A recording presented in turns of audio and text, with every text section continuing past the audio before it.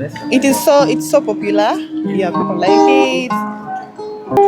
For maybe the kind of support is to elevate maybe for our instrument.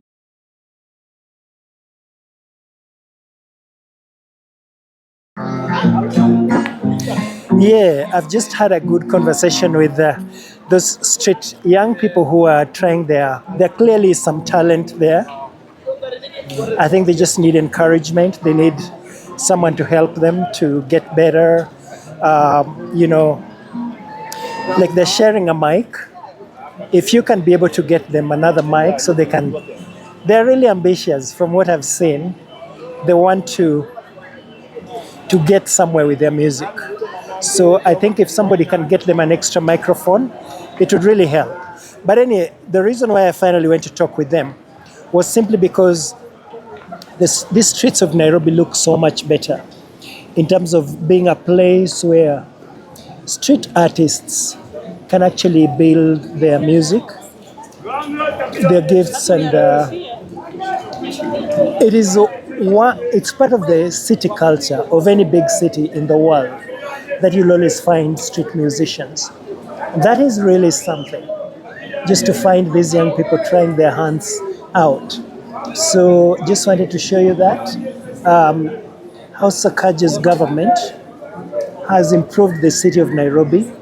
So you actually have a walkable place. As far as in living memory, as far as I can remember, Nairobi has never looked this good. So this is really something in my view. Just look at that. Look at that. There's so much that's good here. Now that I see those young people singing there, I'm suddenly telling myself, this street can just turn into a performance arena where musicians come and belt out their songs to the entertainment of the public. I think that would be something. Don't you think so? Tell me what you think. Now also tell me something. And this, I've not been paid by Sakaja to praise him. I voted for him in 2022. And I've had my gripe with him over a number of issues, which I think I've already mentioned. But please tell me, when you hear people saying that Mr. Dimples is not working, that he's merely smiling, and yet from where I sit, it seems like he's done quite a lot of work that has made Nairobi City more livable, more friendly, more walkable, because a city must be for walking, not for driving. A city is an enclosed environment in very many ways.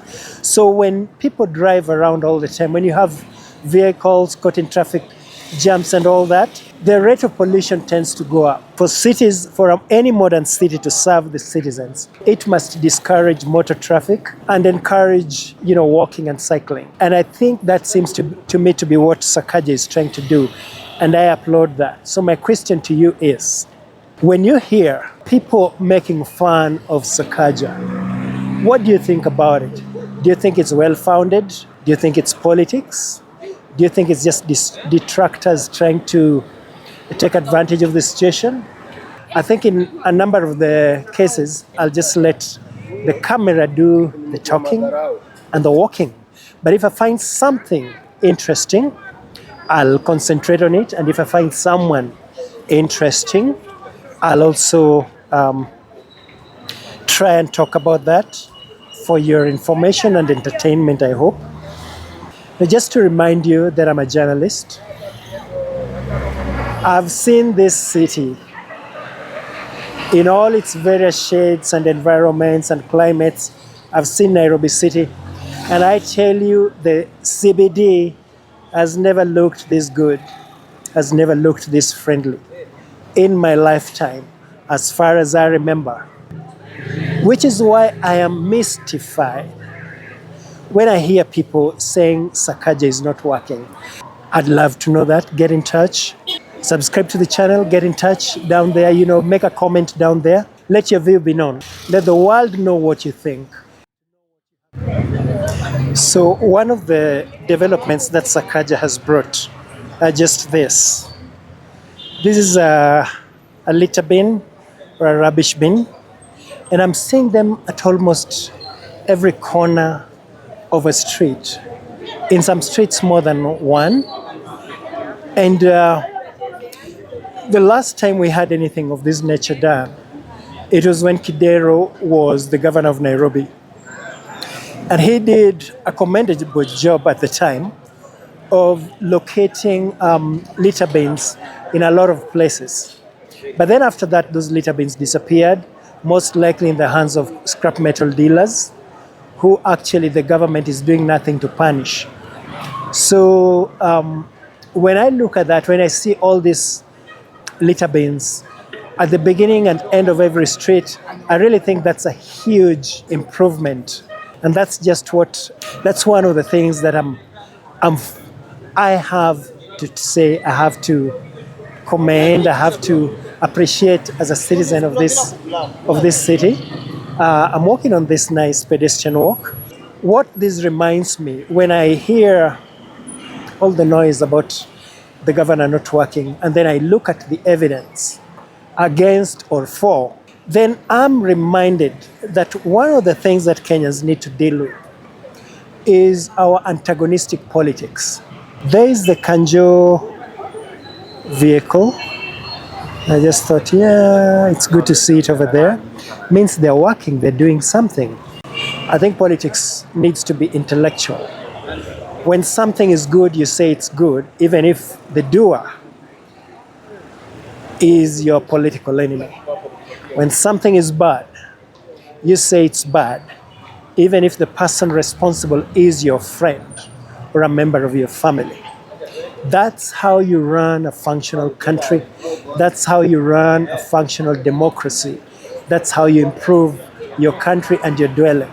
I think one of the disadvantages we have, one of the weaknesses we have as a country, is we dwell on pettiness, where good leaders are thrown out, and once you throw out the good leaders, you end up with bad ones. Yeah, I could go on and say a lot more, but I think you get the point. I do think that we can get a better nation and a better city if we get to appreciate what good leaders among our leaders actually do. Also, in the place where I stay, I have noticed that the government of Sakaja did a lot to put up road signs. Road signs indicating there's a school ahead, there's a hospital ahead, there's a pedestrian crossing, there is a bump ahead. But now one of the things I've noticed since then, a number of those road signs have been knocked down. In fact, at one place I saw one inside a drainage. And I kept asking myself, who would do anything like that? Who would go out of his way to destroy a facility that serves the public? Road signs keep us safe. There are times when an accident happens simply because the driver didn't see a road sign warning him of what is ahead. And yet we know how high the rate of accidents in Kenya is. We have such a huge rate of accidents. It's time for us to ask ourselves questions, to interrogate our own consciences. Because part of the reason why I say that is because the people who do that kind of stuff live among us. They do that kind of stuff because we live in a society where such behavior is condoned. It's your city, it's your country, you pay taxes to make it work. It should work, because if it doesn't work, it just becomes part of the inflation that you experience when you go out to buy a commodity. There's I don't know whether it's called the statue of the unknown soldier, or whether that is that in commemoration of Kenyans who contributed in the Second World War. I think it's something that I want to try and see if there's a caption somewhere here. Yes, there is something. There's a plaque, and it says, "This is to the memory of the native African troops who fought, to the carriers who were the feet and hands of the army, and to all other men who served and died for their king and country in Eastern Africa in the Great War, 1914 to 1918, that's the First World War. If you fight for your country Even if you die, your sons will remember your name. And then there is a Kiswahili translation. It says, haya ni makumbusho ya askari wa nchi za huku Afrika waliopigana katika vita pamoja na watukuzi waliokuwa ni maguu na mikono ya hao askari na watu wote wengine waliotumika wakafa kwa ajili ya mfalme wao na nchi za mashariki ya Afrika katika vita vikubwa 1914 mpaka 1918. Mutakapopigana kwa nchi zenyu, hata mukifa vijana vyenyu watakumbuka majina yenyu. That's I don't know if that was the Kiswahili then, but seems like a few things are not right with it. Then down underneath is a writing in Arabic, I guess saying the same, since Kenya also has a huge population of Arabs. That's it. That's it now.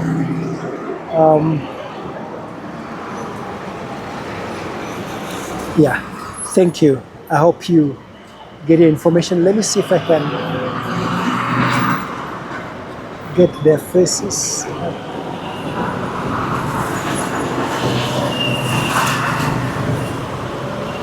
These are the soldiers in commemoration of the soldiers of Second World War. Now, right now, when you listen, when you read the news, when you look at the Russia's invasion of Ukraine, how Europe is rearming because America under Donald Trump is pulling its cover. Sometimes when you listen to Donald Trump, it almost looks like he wants to pull the USA out of NATO. And when I see all that happening, when I hear the drums of war, when I see how much the world has become more bellicose to itself, I'm reminded of the words of that sage who said, if there is one thing we learn from history, it is that we never learn from history. I'm also reminded of the clever dude who said, history are old things happening to new people. So when those of us who were not there during the Second World War, generations who came after the war had ended, and generations that came after the war had ended and have no idea what the war is like. I'm a student of history. I really love history. And I did read quite a bit about the history of the wars that the world has fought. But when I see what's happening now, when I remember how in the run-up to the Second World War, the British Prime Minister then, whose name escapes me now, went to talk with Hitler, and Hitler promised him peace, and he believed that Hitler would not be so foolish as to start a war, only for Hitler to attack and start the Second World War. When I remember that, when I remember how America at that time did not want to get involved in European war, then what Trump is doing with the USA really reminds me of that. So it would seem like the generations that fought in the Second World War, the generations that participated in global wars, are all passing. At least those who survive are really old by now. It seems that new generations that are coming up, who have no idea what war is like, are stoking the flames of war. Is that what's happening? Anyway, I digressed a little bit because of that statue we just saw. But here I am in the streets of Nairobi. I just want to show you how the city looks like right now. That's Nairobi for you. I think I'm too close to get for you a nice picture of this new building.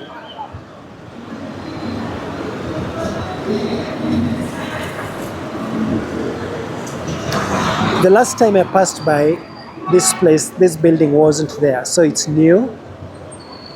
It's At the top is KFC, which now makes me feel hungry for chicken.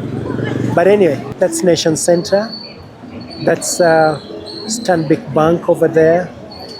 So certainly when you stand here and look across the streets, Nairobi looks much cleaner than I remember, than I ever saw. So I don't have a choice but to give Sakaja the credit. If somebody knows someone else to whom this credit is due, tell me, convince me, and I'll give it.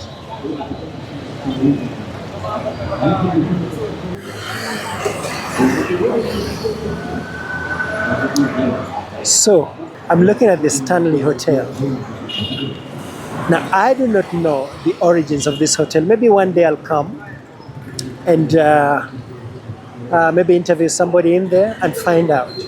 The reason why I'm curious about the name Stanley is because there was an explorer called Morton Stanley, a British guy.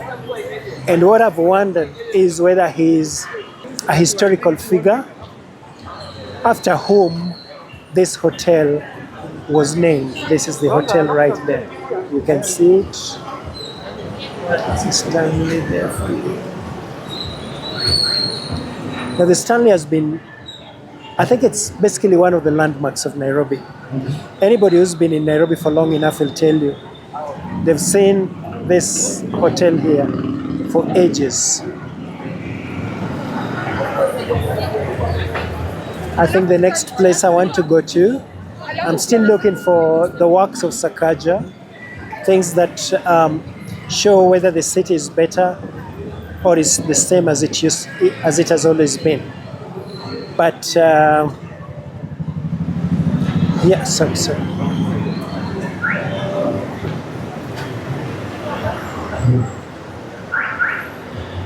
I wasn't saying something of interest to cover for you, something beautiful, something that can make you really love this city. And for me, one of the standout features are these palm trees in front of that building. They change the looks, the sound, and the taste of the city. Those palm trees, they make Nairobi look so much better in my view. And so that is just something I thought I could draw your attention to. This part of Nairobi looks real nice. This is Kimathi Street. That's Old Mutual Building. I think that's what it's always been called since time immemorial. Make a whole difference. Now here is what used to be a city clock, just judging by how it looks like, and I can see something there. The city clock no longer functional. In front of us there is what used to be called the Hilton Hotel. I think for the longest time the Hilton Hotel was considered a huge landmark, a part of Nairobi. You could, its cylindrical shape has always been something of interest to many Nairobians. When you visit Nairobi, for those who are coming from outside, you wanted to take a picture with that. Now the Hilton fell on hard times during coronavirus, and the hotel basically closed. So right now one of the things people like me wonder is, what is the building being used for? Let's see if I can make a beeline for it, just to see how it looks.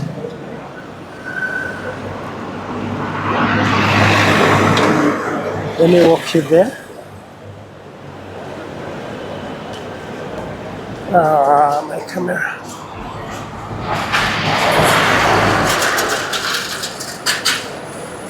Yeah, that's the building. Now, remember this street is called Kimathi Street. At the end of Kimathi Street, at the end, at least from the direction from which I'm coming, at the end of Kimathi Street is a statue. And it's a statue of Dedan Kimathi, who's really one of Kenya's biggest heroes. That there is the statue of Dedan Kimathi, one of Kenya's greatest heroes. The history of Dedan Kimathi is both inspirational as well as tragic, in the sense that he was arrested by the colonial government and hanged. They hanged our hero, shameless British. Now, the reason why the story becomes even more tragic than that is that till today, Kimathi's grave has never been identified. It's never been shown to the public. And many, many people believe, if you've ever heard of the story, that when the white colonialists left, they were replaced by black colonialists. That the government of Jomo Kenyatta and all those other governments that followed were basically working at the behest of the British government to falsify Kenya's history, to besmirch the names of Kenya's true heroes. And for that reason, even the succeeding Kenyan governments have never been able to tell the public exactly where is Dedan Kimathi's grave. So there you have it. It seems like we are not allowed to go in there because it's fenced. It's kind of fenced. I'm sure if you wanted to go in there, the city authorities would allow you to, but right now it doesn't seem like you can. But this is how it looks. It's basically been, and that's how it looks on all sides. You go this way, that's what it is. You come back this way, that's what it is.